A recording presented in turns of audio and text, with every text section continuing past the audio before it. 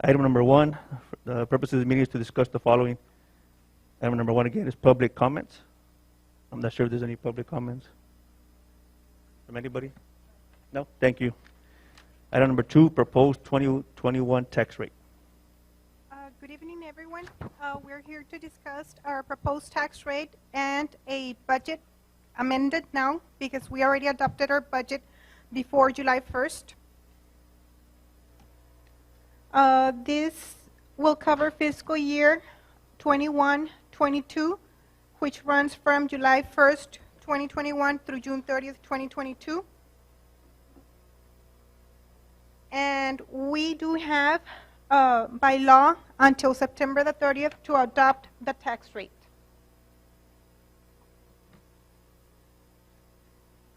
So our proposed tax rate for 2021-2022 for maintenance and operations is at 91.24, and the interest and sinking at 35.17 cents, for a total proposed tax rate per $100 valuation of $1.2641. The certified taxable values submitted by the appraisal district in Stark County, that was the primary source of information to determine this tax rate. How are property taxes calculated? The taxable value, you get the taxable value after exemptions divided by 100 and then multiplied by the tax rate. For example, the average appraised value for residences here in Stark County is $61,558, and from there we deduct the homestead exemption of $25,000, so we have a total taxable value of $36,558. You divide that by 100 and multiply by the tax rate of $126.41. So an average residence will be taxed $462.13. Compared from last year, we saw an increase in the average appraised value in the residences of $5,410, and an increase in taxes from last year to this year in such a residence would be $57.02.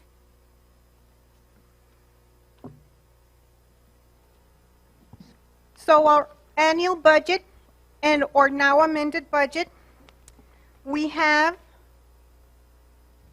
fund balance will be covering $7,584,705, and we have total estimated revenues of $109,312,130, with appropriations or expenditures of $119,192,439, and we have a net of between transfer ins and outs, non-operational of $2,295,604. And that is for the general fund. So for the general fund, and this is found on page 4 of your booklet, we have total revenues of $99,923,130, the expenditures of $109,803,439. We have other financing sources, non-operating expense of $2,100,000, which was transferred out to the capital projects account or fund. And we have other resources of $4,395,604, which come from the Chapter 313 agreements that we currently have. So we are projecting a net change in fund balance of $7,584,705. The Child Nutrition Program Fund stays the same. No amendment was made.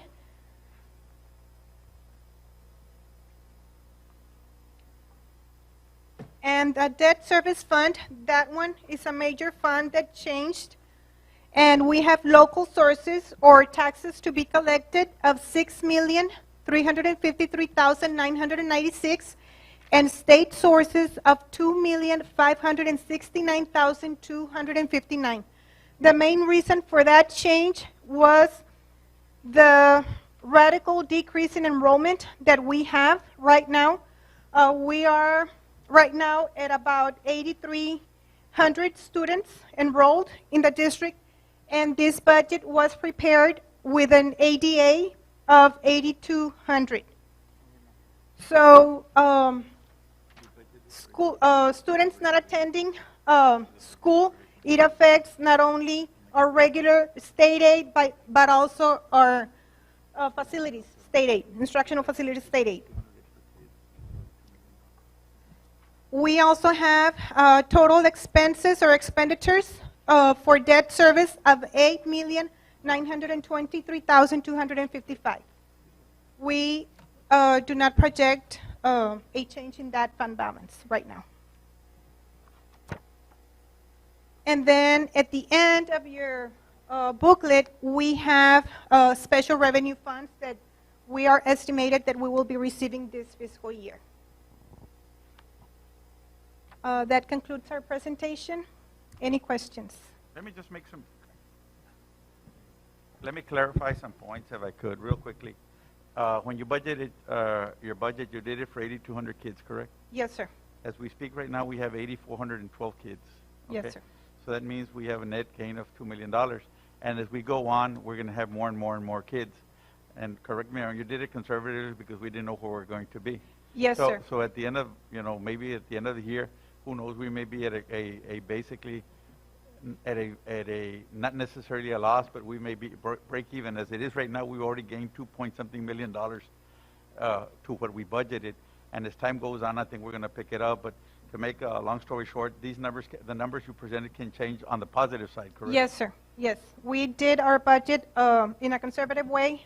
We did not want to over budget our revenues, and then at the end, if something happened that we were going to be falling shorter than what we expected, but we do expect an increase in our student enrollment due to the changes that we're hoping that the state will come through with the virtual learning. We do expect an increase. But as we speak right now, we have 212 kids more, which represents approximately $2.1 million. Yes, sir. So that deficiency, you drop it by $2.1 million, that would put us at $5-point-something million, correct? Yes, sir. And if enrollment gets better, that number is going to keep dropping and dropping.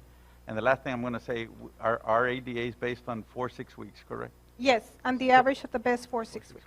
And everybody in the whole state is under certain circumstances we are with a lack of students, correct? Yes, sir. Nobody has 100%, or No, I've been sir. told everybody is at anywhere between 70 to 85%, correct? Yes, sir. Maybe this was a question for Superintendent. Mr. Peña, what's the enrollment at? I guess the percentage-wise. 87%. We're at 87%. And so the average, you say 82 to 85, so actually doing pretty good on the enrollment, Yes, sir. right? So what do you, and this is just kind of because I've got a little bit of a blank here mentally, the difference, right? Assuming we could get to 100%, what are we seeing? Where are these students at? Just, are they doing homeschooling, or? Do you We know? have different numbers, or some are still waiting to come. Most of where we're seeing the need is in elementary. Those where our percents are still in the upper 70s, low 80s. Our high schools are over 92, 93%. Our middle schools are, one is at 90% already, and very close to, mid 80s to higher.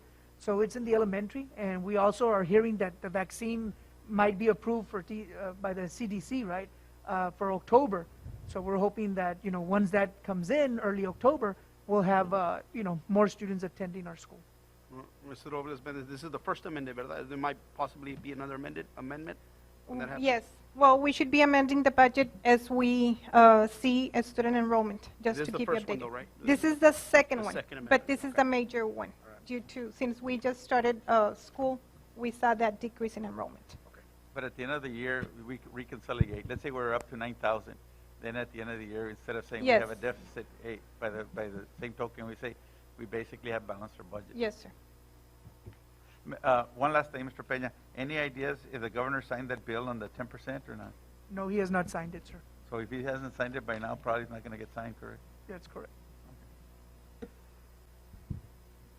Any other questions, comments, concerns? No? All right. Item number 3, creation of the Rising Star Reinvestment Zone number 1.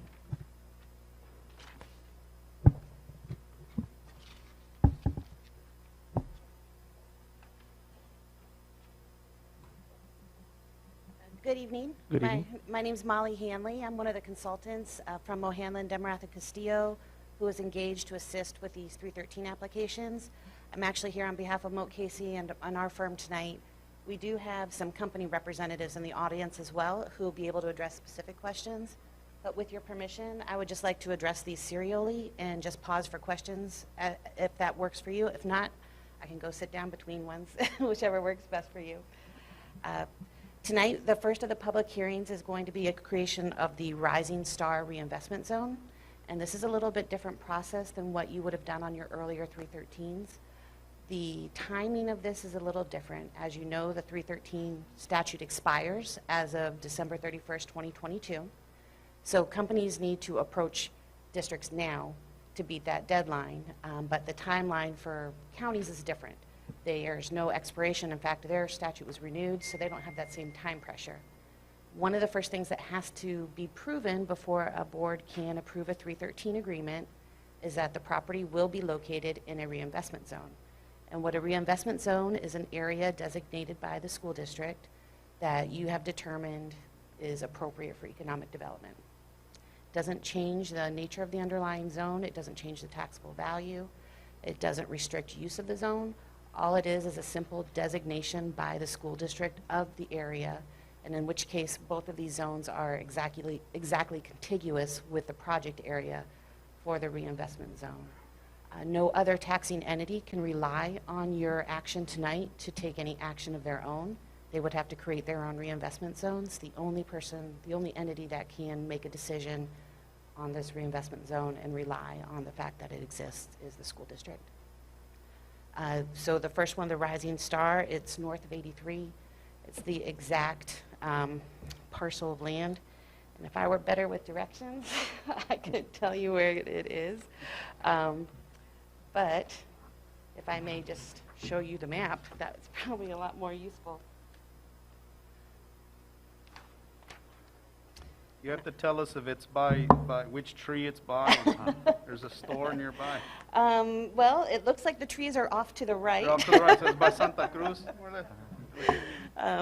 Did you provide us a copy of that, ma'am? Yes, can I pass this around? Okay, you didn't provide us a copy then, correct? I think on the regular board agenda there might be. Yeah. Okay. Nice. This is the Rising Star? The diamond will be immediately adjacent to it. How did you determine whose property you're going to put it on? That is actually going to be a question for the company, but for solar projects, typically what we've seen is that they look for someone who has a lot of acreage so they can negotiate with a single owner as opposed to multiple owners. There's going to be also tests that they do, which... Just please don't tell me that there's more sun in one property and less sun on another one here in South Texas.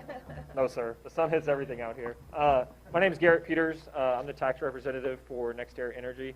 I want to thank the board for having us here today. To answer the question specifically, how do we choose? Molly's exactly right. You know, we're looking for large contiguous tracts of land, generally one landowner, for easier negotiations. Also flat land, you know, not a lot of wetlands. We do geotechnical testing, environmental testing, pretty much everything to make sure that we have, you know, something that's never going to have to deal with moisture or anything like that getting into the panels. Or near So the whose panels. land are you leasing from? This specific landowner, Yes. I don't have that with me today, but it is one landowner. We can pull up the reinvestment zone. All right, would this be item 11 on our agenda, on the regular, just for reference of the visual? I know we're not in that agenda meeting yet, but I just want the under map. the action items, I believe that was item 11. I see a map on It's 11. 11. It's It's on 11. page 141. That It's would be the map? It's Yes, 11 sir. and 12. All right. So we look at 11 and 12.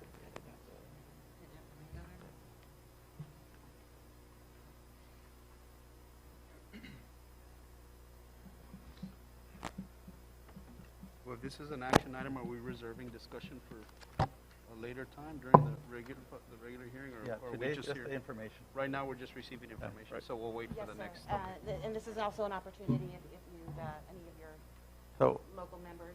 so let me ask again, you don't know who the landowner is? I don't have it right in front of me just this minute, no, sir, but Okay. I can find out really quickly. Okay, the only reason I tell you, sir, is that we get a lot of things like the landowners are not even in Stark County, they own the land, but they live in Houston, Dallas, San Antonio. How come you can't rent or get land from somebody who lives in this area and can spend money in this area? And all our money ends up in New York. Exactly. We're sitting here wondering, well, Well, we're going to get some money from them tonight, I hope. if just you don't approve say the it's owned by agreement. Berkshire Hathaway, we'll be okay. It is, isn't it? No, sir. No. Any more questions about the first? Okay, I got another question. How does the school benefit by signing this agreement with you all? What are the good things that a school can expect from signing an agreement like this from this company? Absolutely. I'm going to sound really greedy right now, but the best thing you get out of this is money. And And the it's- next question is how much money? Okay, so there's going to be 3 different revenue streams that come in. And if this is okay, we're just going to jump ahead to the third public hearing, basically, Okay. about the public hearing on the agreements. The reason we have public hearings is that we can also share the comptroller's certificate for the project and let you know that, in your community know that the comptroller has signed off on this and decided it's in the best interest of the state, which now it's up to you to decide whether or not it's the best interest of the district. And the reason we think it's in the best interest of the district are threefold. First, even though this property gets a value limitation, it is wholly taxed for INS purposes.